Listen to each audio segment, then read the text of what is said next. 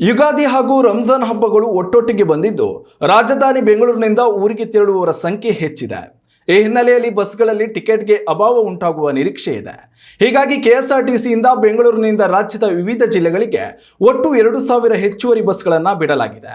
ಹಬ್ಬದ ಸಂದರ್ಭದಲ್ಲಿ ಪ್ರಯಾಣಿಕರಿಗೆ ಯಾವುದೇ ರೀತಿಯ ತೊಂದರೆ ಆಗಬಾರದೆಂದು ಕೆಎಸ್ಆರ್ಟಿಸಿ ಈ ನಿರ್ಧಾರವನ್ನು ಕೈಗೊಂಡಿದೆ. ಮಾರ್ಚ್ 18, 19 ಹಾಗೂ 20ರಂದು ಈ ವಿಶೇಷ ಬಸ್ಗಳ ಸೇವೆ ಇರಲಿದೆ.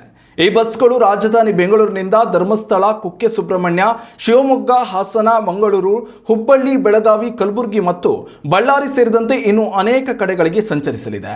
ಅಂತೆಯೇ ಮೈಸೂರಿನಿಂದ ಹುಣಸೂರು, ಕುಶಾಲನಗರ ಹಾಗೂ ಮಡಿಕೇರಿಗೆ ಹೆಚ್ಚುವರಿ ಬಸ್ ಬಿಡಲಾಗಿದೆ.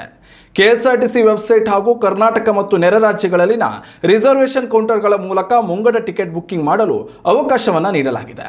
ಇನ್ನು ವಿಶೇಷ ಬಸ್ಗಳ ಜೊತೆಯಲ್ಲಿ ಕೆಎಸ್ಆರ್ಟಿಸಿ ಬಸ್ ಟಿಕೆಟ್ ಬುಕ್ ಮಾಡುವ ಪ್ರಯಾಣಿಕರಿಗೆ ವಿಶೇಷ ಆಫರ್ ಕೂಡ ನೀಡಿದೆ.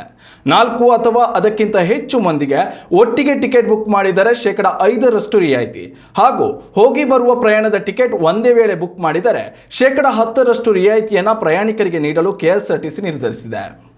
ಉತ್ತಮ ಸಂಸ್ಕಾರಯುತ ಶಿಕ್ಷಣದೊಂದಿಗೆ VSS English medium CBSE school Udupi Muddur.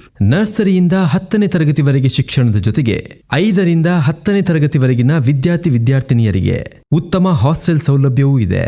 ನಿಮ್ಮ ಮಕ್ಕಳ ಪ್ರವೇಶಾತಿಗಾಗಿ ಈ ಸಂಖ್ಯೆಗೆ ಕರೆ ಮಾಡಿ.